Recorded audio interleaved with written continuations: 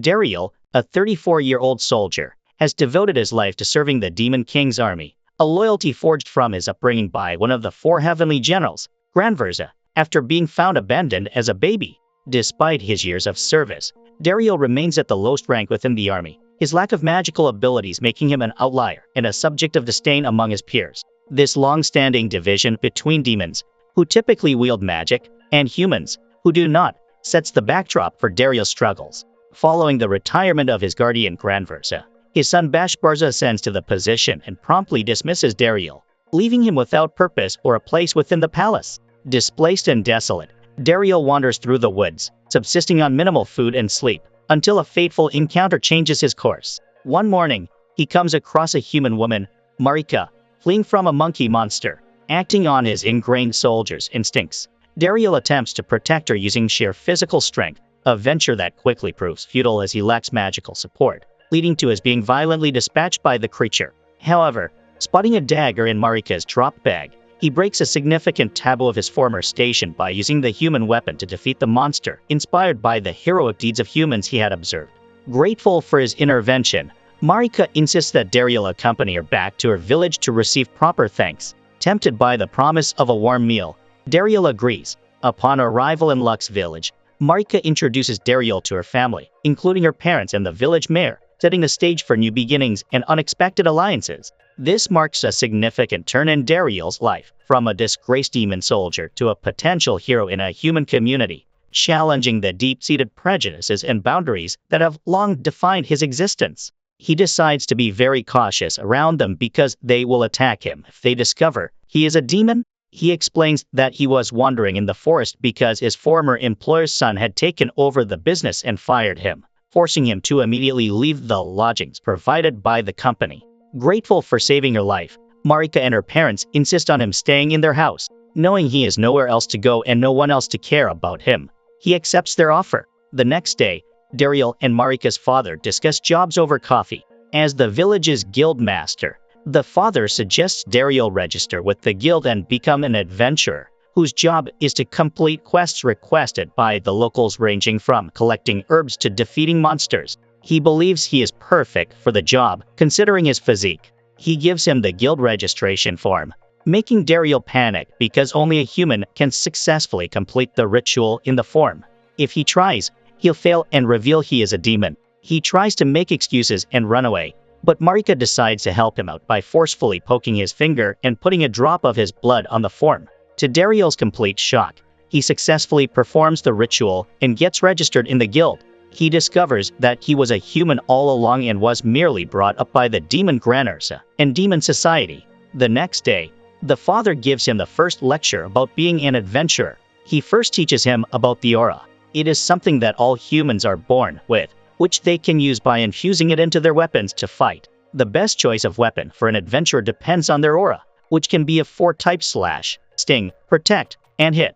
Dariel picks up a sword first, which will test his slash ability. The father gives him a large tree stump to slash across, saying slashing even halfway through is a good indicator of being the slash type.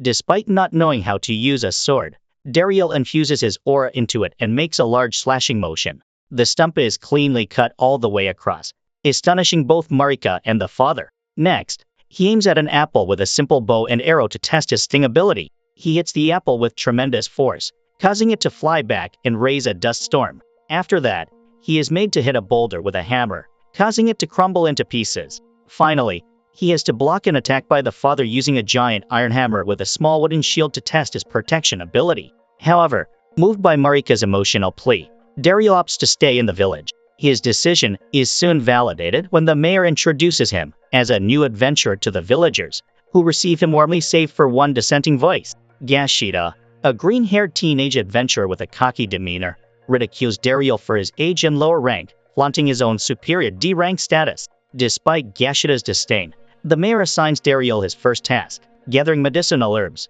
a chore neglected by Gashida. The assignment carries a warning about a dangerous monster in the woods, the same one Gashida had failed to hunt down for 6 months.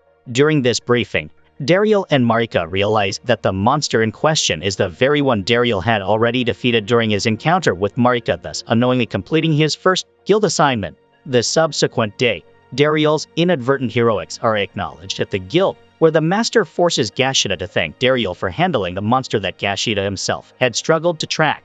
Humiliated and driven by a mix of jealousy and determination to prove his worth, Gashida impulsively snatches a new quest from the guildmaster's desk and storms off, eager to reclaim his pride. This sequence of events not only integrates Dariel into his new community, but also sets the stage for an evolving rivalry with Gashida.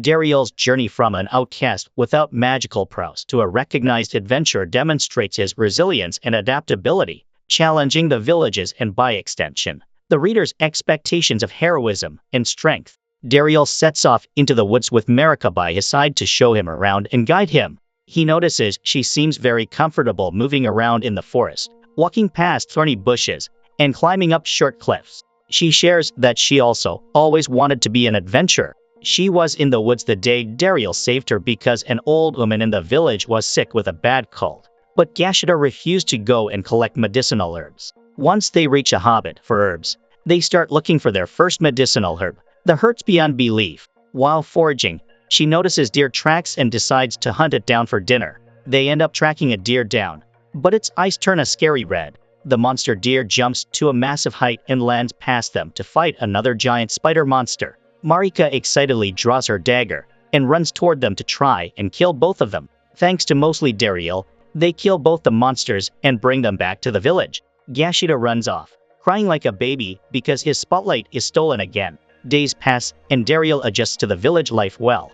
The only problem is Gashida's unwillingness to work with Dariel. One day, Dariel arrives at the office to see the father stressed.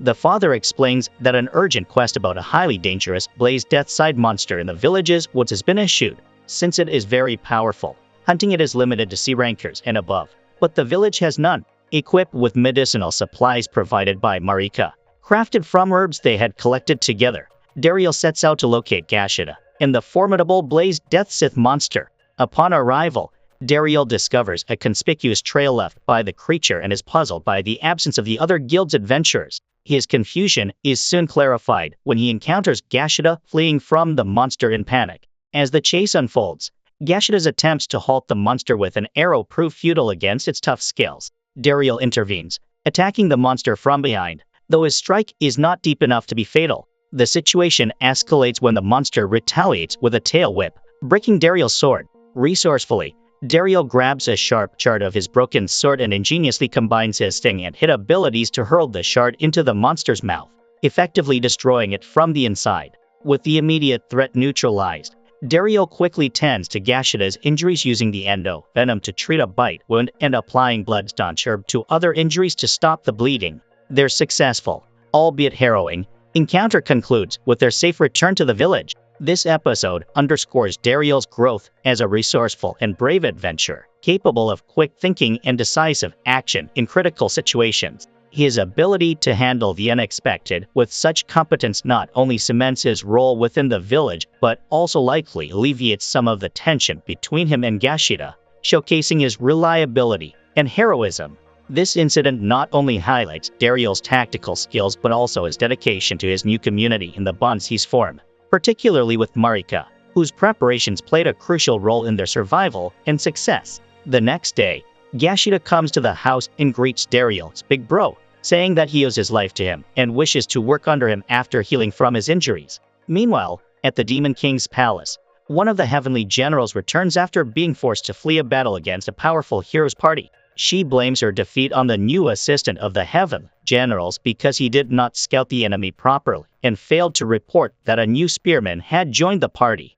Beshbarza immediately fires him, making him the fourth or fifth assistant fired since Dariel's dismissal. One of the generals, Dira, suggests reappointing Dariel, saying he always carried out his tasks perfectly, was skilled in strategy, and also looked after their health. Beshbarza, however, hates him so much that his blood boils and refuses to consider that option. One night, Dariel asks the mayor why the village has so many empty houses. The mayor explains that beyond the village there is a mithril mine, a highly valuable metal with mysterious properties. Humans use it to make superior quality weapons with unparalleled performance, while demons use it to make magical equipment. This led to disputes between the humans and demons for control over the mine. Since Lux Village was a common stopping place in the mithril trade route, It flourished as a lodging town. Unfortunately, when the mayor was a kid, the demons took complete control over the mine, causing the town's main revenue source to get cut off. Since then, Lux Village has slowly been declining to its ultimate death. Dariel decides to sneak into the mithril mine the next day since he was the one in charge of the mine as a part of his duties as the assistant of the army generals. The workers there know him. He hopes that he can negotiate with at least one of them to get some mithril to bring back to Lux Village to help in its development. He puts an empty crate over his head and walks through the gate, finding it weird. There is no security to hide from. He quickly realizes that there are no soldiers at the mine, wondering who has been put in charge of the mine since he was fired. He walks into the mine shaft, yelling for anyone there to show themselves. The situation escalates quickly when Rube, a commander of the demon soldiers, arrives and berates the knockers for insufficient mithril production. His harsh demands and subsequent threats reveal a tense atmosphere of oppression and fear among the workers. As the confrontation intensifies, one of the knockers, driven to defiance, strikes Rube on the head, provoking him to order their execution. Dariel, witnessing this injustice, intervenes decisively, his actions first disrupting a soldier's magical spell with a spade, then revealing himself armed and masked to conceal his identity, signal his protective instincts and a readiness to defend the knockers against the disproportionate retaliation. This act of bravery underscores Dariel's commitment to justice and his willingness to stand against former comrades to protect the vulnerable. The scenario not only revisits Dariel's connection to his past, but also sets the stage for a broader conflict within the mines, showcasing his evolving role from a sideline, non-magical soldier to a defender of the oppressed. His masked appearance hints at a new, mysterious identity or alter ego that could play a significant role in future narratives, blending his warrior skills with a strategic approach to safeguarding his newfound allies. He asks the demons to withdraw, saying he will not pursue them if they do so, but if they continue attacking, they will have to face him. The commander simply laughs at him and orders his soldiers to continue their attack. Some of the soldiers start casting spells, but Dariel knows they require the utmost concentration to cast them. As long as he can break their focus, it should be fine. However, one of the knockers tries to attack a soldier who has almost completed his ritual. Dariel thinks it is too late to save him, but the soldier kicks him back. Seeing this, Dariel realizes they have been trained as honorable soldiers, just like he was. He tries to appeal to their morals by urging them not to kill the knockers as they are non-combatant civilians, and killing them would make them murderers, not soldiers. It seems to work until the commander attacks Dariel and threatens the soldiers with attacking them, failing which they will be burnt to ash. The soldiers chant rituals of the different elements. Dariel knows the duration of each element's ritual, allowing him to time his attacks so that he takes down the soldiers in ascending order of the ritual durations. The commander frantically casts a spell on him, but he easily blocks it with his sword and tackles the commander to the ground with his sword on his neck. Desperate to save his own life, the commander begs Dariel to spare him because he is a civilian. He explains that he had simply gotten along well with Lord Beshbarz at a ball, after which the Lord entrusted him with managing the mine. The Honorable Dariel slashes his sword down, giving the commander a bad haircut, and tells him to go back and resign from his post. The commander instantly agrees and runs off, with the soldiers following him.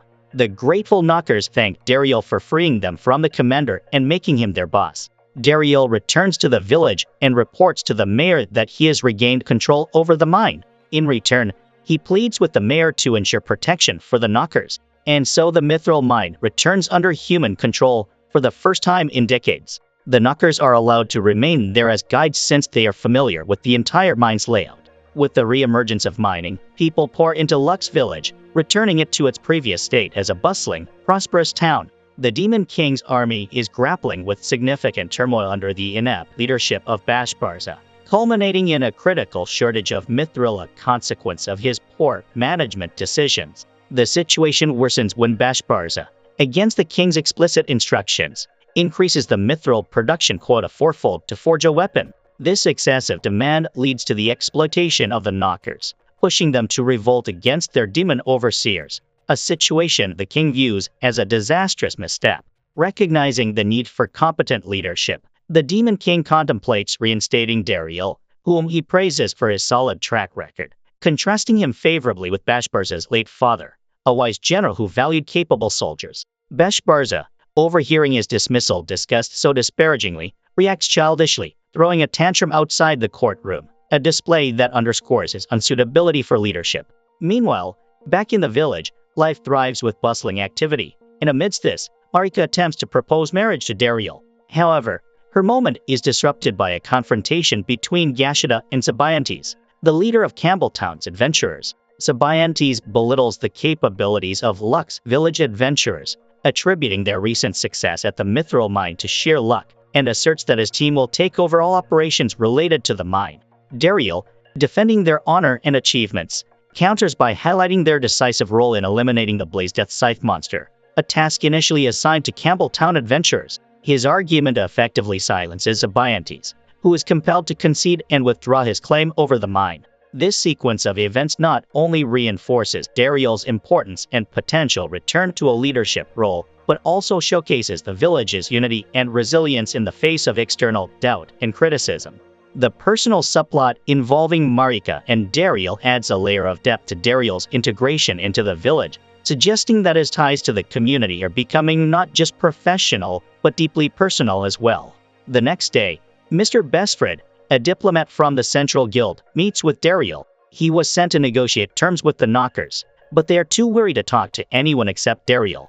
Daryl explains that they are being cautious because they are being exploited by the demon army and so can't trust outsiders. They think of Daryl as their savior from their demon oppressors, allowing them to trust him. Bestfred requests Daryl to be an intermediary between the Knockers and the guild during negotiations, and Daryl accepts. As soon as Daryl arrives at the mine and asks the Knockers to at least listen to what Mr. Bestfred has to say, they immediately agree to cooperate. While leaving the mine, Daryl hears an announcement on behalf of the Demon King forgiving the Knockers for their betrayal, and urges them to return and work for the demons.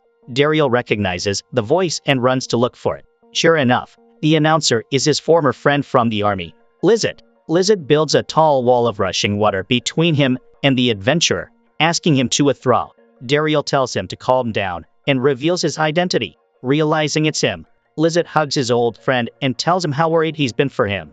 Daryl tells Lizard the truth that he's actually a human. Although shocked, Lizard promises to keep his secret. Lizard echoes everyone's sentiment when he shares how badly everything and turning out for the demons. Ever since the Demon King reprimanded Bashbarza, he's been even worse. Lizard was sent here by the Demon King to reconcile with the Knockers and resolve any grievances. Maintaining a good relationship with demi-humans like the Knockers is essential for the demon's success. He tries to convince Daryl to come back, saying one of the 4 generals, Lady Deroy, has been advocating for his return.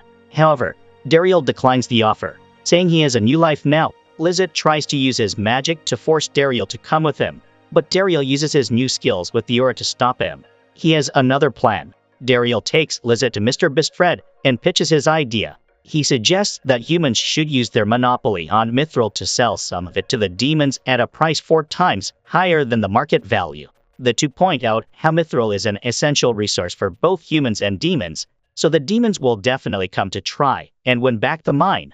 The following day, Mr.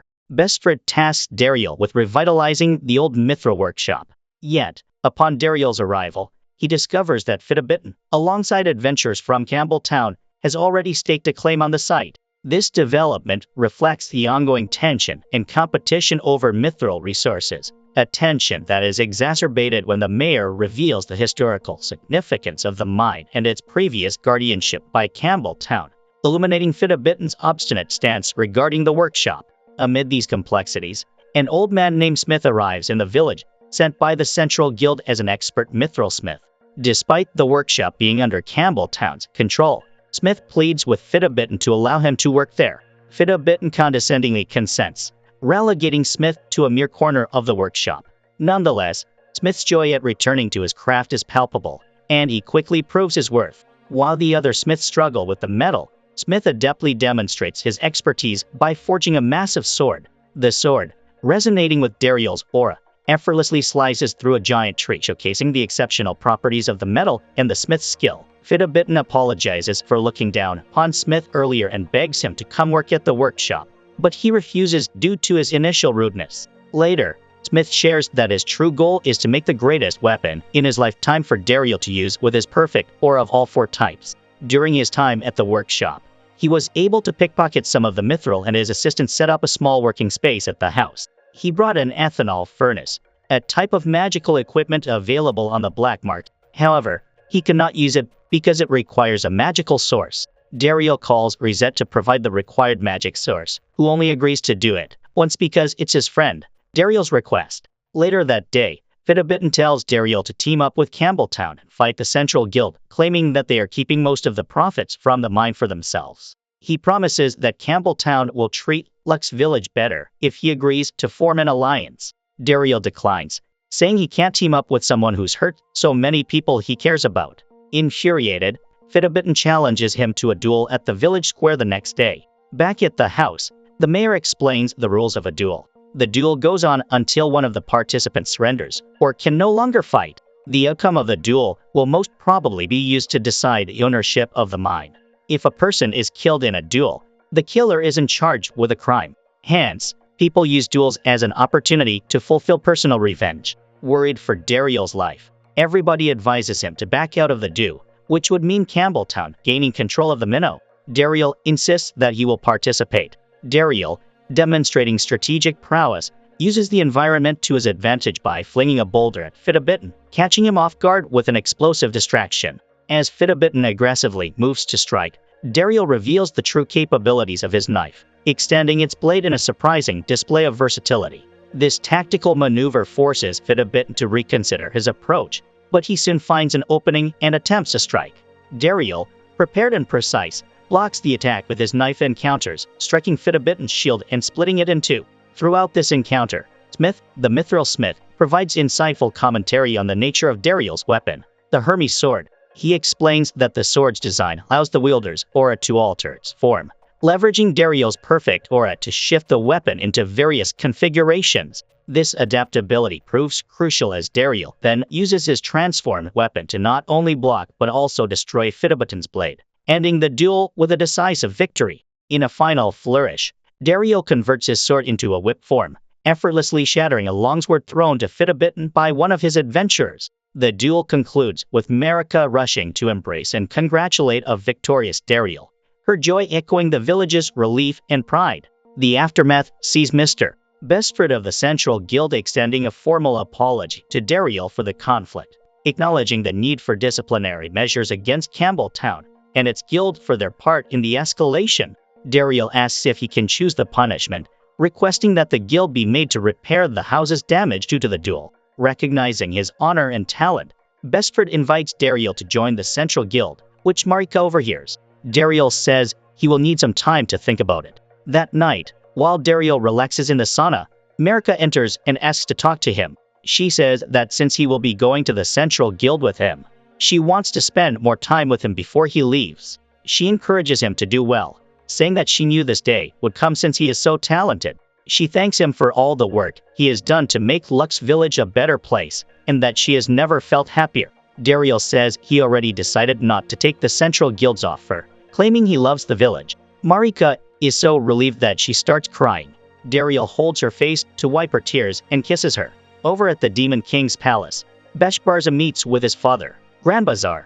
Granbazar asks Beshbarza if he remembers what he sent to him when he retired from his position as Heavenly General. Beshbarza recalls that he told him that Daryl was the greatest stroke of luck in his life, and passing him on to Beshbarza was a way to pass the good fortune to him and celebrate his new position. Granvira asks him how Daryl is doing, to which Beshbarza frantically assures him that he is doing well, serving the generals. Knowing his son is lying, he punches him through the wall. He demands Beshbarza bring Daryl back, but Beshbarza refuses yet again, saying he wishes to prove his worth on his own. The next day, the mayor has a chat with Daryl. He says he and his wife are getting old and Daryl has greatly contributed to the village's growth. Daryl's journey comes full circle as he is offered the prestigious title of mayor, a testament to his leadership and contributions to the village. Embracing this new role, Daryl takes another significant step by proposing to Marika, who joyfully accepts. This event marks not just a personal milestone but also a collective one for the village, symbolizing stability and growth. Over the following year, Daryl and Marika's life flourishes. They celebrate the birth of their son, Gran, named after Daryl's mentor and father figure, Granbazar. Dariel's openness about his past and his acceptance by Marika and her family exemplify the deep bonds and mutual respect that define their relationship. The tranquility is briefly disrupted when Gashia alerts Dariel that the hero title bestowed upon the strongest adventurer dedicated to defeating the Demon King is coming to the village. Recalling the previous hero's fierce reputation, Dariel, with a history tied to the demon army, prepares to meet the hero with caution, covering his face to avoid recognition. However, the arrival of the new hero, Lady, a young and beautiful woman who recently inherited the title, offers a twist. Her presence in the village, seeking the perfect mithril weapon to combat the Demon King, introduces a blend of anticipation and opportunity. Lady and her party are accommodated at the mayor's house. She states that she has two objectives for coming to the village, the first being that she wants to see mithril weapons. She is given a tour of the mithril workshop, the only one that exists in the world. Smith had passed on all his knowledge to the smiths working there before dying, including a boy named Sakai, who is currently the best mithril smith. Sakai touches the hero, Lady's hand just like Smith had taught him, and finds out that she is a slash type. Impressed, she reveals her second objective. She is seeking a fourth member for her party, a goal that she has been trying to complete by traveling to many regions. The village holds a competition to decide the fourth member, with many signing up to participate. The method of selection is a head-to-head battle between the three party members and all the participants. The hero's party members use kitchen utensils as handicaps, but all participants still lose. Suddenly, an arrow whistles past the lady's face. Gashida is the one who shot it from a distance, and he keeps shooting at her. Lady charges in the direction of the arrow, sensing that the attacker has good power. Gashida uses his aura to lift the arrows from the ground and attack her again, but she slashes them down. Gashida prepares for another round, but the lady activates an attack that would kill Gashida. Dariel is forced to intervene to save his life. Gashida apologizes to Dariel for disgracing the village, but Dariel praises him for his effort as the strongest adventurer in the village. Within a year, Gashida has leveled up from D rank to B rank. Sensing his powers, the lady starts an attack on Dariel to test him. He doesn't even match for her, forcing the lady to use her most powerful move, Skyrim. Dariel has already seen this attack multiple times from the former hero, and successfully counters it. Lady eagerly offers him the final position in her party, but he politely declines and goes back home. Lady and her party visit his house to try and convince him to join. Dariel insists that he is committed to being with his family and watching his son grow. In his mind, he also doesn't wish to fight the demons who once were his family, like Lizard, Grandbazaar, and Lady Diro. As Lady settles into the village, her initial single-minded focus on defeating the Demon King compels her to observe Dariel closely, suspecting that there might be more to his leadership and capabilities. Throughout her day of surveillance, she witnesses Dariel's genuine commitment to his villagers, as he assists them with various tasks and intervenes in their troubles. This reveals to Lady that Dariel prioritizes the well-being of his people above all else, challenging her initial perceptions. Later, during a private discussion, Lady confronts Dariel about his use of the Skyrim technique, a combat style she notes is distinct from hers. It bears resemblance to that of the previous hero, Alancel. Dariel's ignorance of the connection frustrates Lady, who passionately urges him to rejoin the fight against the demons. Their conversation escalates into a debate about the origins of the conflict between humans and demons, with Dariel defending the demons' actions as defensive responses to initial human aggression. Lady counters with a personal anecdote, revealing that Bazelia, one of the demon generals, had brutally killed the wife and son of Alancel, driving him into a vengeful fury that transformed him into a formidable and unforgiving warrior. She argues this act ignited a deeper,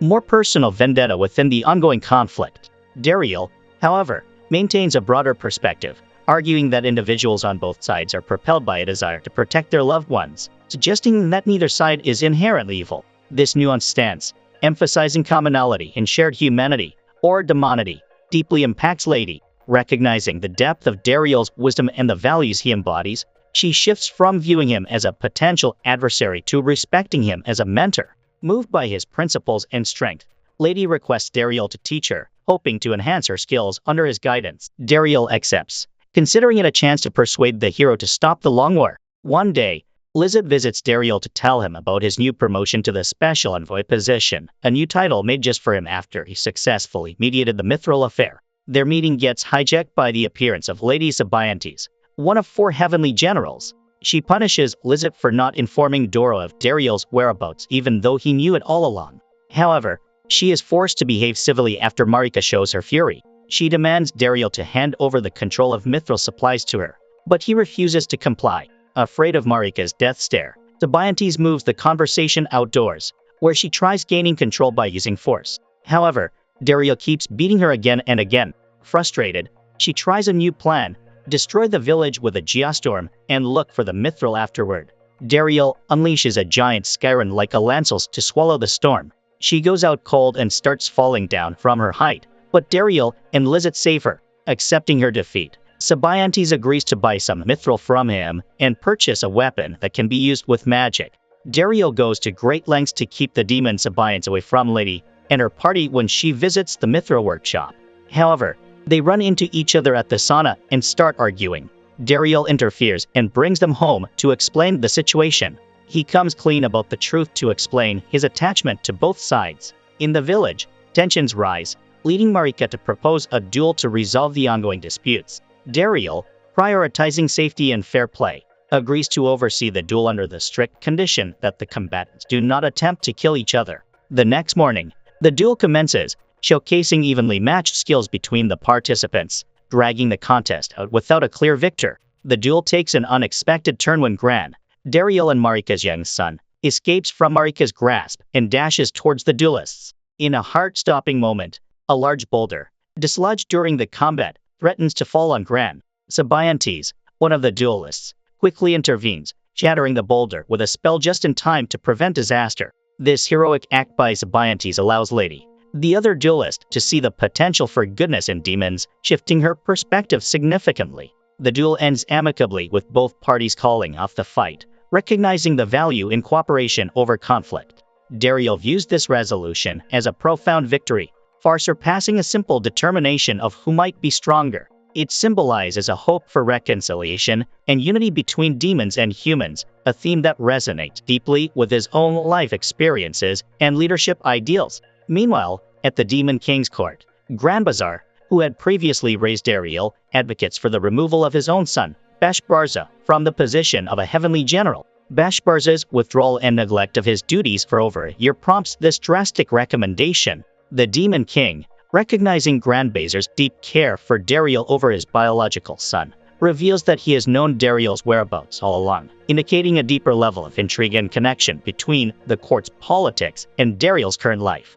One day, one of Lady's party members brings a guest to Dariel after running into him during a quest. If shocked to see the guest is a Lancel, the strongest hero in history, remembering him as a bloodthirsty murderer, Dariel is terrified to see him at his doorstep. However, he is even more shocked when he sees a Lancel interact with the village kids like a gentle old man. The villagers are overjoyed to see one of their noble heroes in person. Dariel invites him into his home and warns Sabayantes not to use magic in the village as he can sniff out magical energy like a hound dog.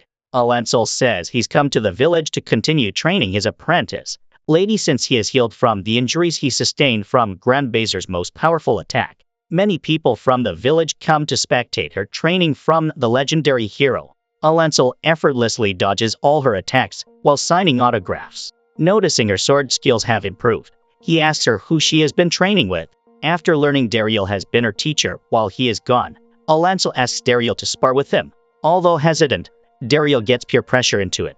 He stalls by convincing Lancel to have a good meal before the fight. They enjoy a good picnic with delicious food when Lancel senses magic from Dariel's house. There is a sudden switch in his behavior. He flings his weapon toward the source, trapping Sabayantes by her foot. He zooms into the house and attempts to kill her, but is blocked by Dariel, who refuses anybody to be killed within his village. As the conflict escalates, both Dariel and Lancel deploy the Skyren technique, a powerful move that they execute with equal intensity, resulting in a standoff that neither can overpower. Lancel, puzzled by Dariel's dedication to protecting demon lives, questions his motives.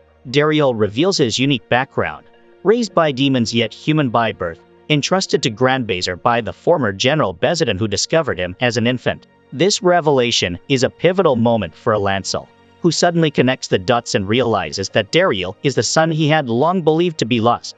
The emotional weight of this discovery is profound, but before they can fully address this newfound familial connection, Grand Bazaar intervenes with a fire attack, which Alancel blocks, demonstrating his protective instincts towards Dariel. Grand Bazaar and Alancel then share a moment of recognition and reunion, having not seen each other for many years. Grand Bazaar confesses that he had always known Dariel was human due to his inability to use magic past childhood, but chose to raise him as his own out of love. This act of love helped Dariel grow strong, even without the typical demonic powers. Alancel, reflecting on his lost time and the love he could have shared with his son, expresses a mixture of grief and resentment. The years he spent filled with hatred and anger, driven by the pain of separation and the actions of demons, endowed him with formidable strength but at the cost of precious time with his son. Alancel is motivated to exact all of his revenge by killing Grand Bazaar right then and there. The two get ready for a fierce fight, but Marika comes in clutch as always, showing them both baby Gran and their grandson. The two greatest warriors put their differences aside when they see the baby. Even though Alancel can't ever go back in time to be a father, and he can use the rest of his time to be a grandfather. Over at the palace, Bashbarza looks forward to the ceremony that will make him the highest-ranking general, but walks into an empty hall. None of the guests accepted his invitation. To rub salt in his wounds, all the servers credit Dariel for all the work, saying that nothing gets done when he isn't around. Bashbarza finally snaps and blows up the building before deciding to hunt Dariel down. Back in Dariel's house, his three fathers chub beers together and play with Gran. Alancel makes peace with the past, acknowledging Grand Bazaar's role as a good father figure, and they both shake hands. But he spoils the mood by asking Alancel to continue training her. Dariel asks why she is still insistent on defeating the Demon King after learning that there are good demons. Alancel explains that it has always been the hero's belief that the Demon King is the source of all misfortune, and that his defeat would bring an abundance of fortune. However, Alancel knows this is just propaganda. In reality, the Demon King possesses the greatest wisdom and power in the world. The Central Guild believes that taking him down will give them power, allowing humans to evolve into the superior race. For instance, the Central Guild suspects the demons are bestowed their magical powers by the Demon King, and if they defeat him, even the Central Guild can learn to possess magic. After revealing the greedy intentions of the battle, Alancel asks Lady if she still wants to fight. She says that she will continue in her mission as her hero, as she wishes to see everything with her own eyes before coming up with her own answer. At that moment, Fidabitten rushes in to inform everyone that the Mithril mine is under attack by a monster. Sabayantes transports everyone to the mine with her wind powers. They are horrified to see a giant monster that none of them have seen before. Even though none of the guards were harmed while escaping, the Knockers are still trapped inside. Amidst the chaos, Dariel and Alancel discover the Knockers hiding beneath the rubble. Together, father and son deploy the Skyren technique, a powerful attack that momentarily brings the dragon to the ground, showcasing their newfound synergy and the potency of their combined magical abilities. However, the monster quickly recovers and confronts Dariel, who, in a pivotal moment, extends his hand toward the beast.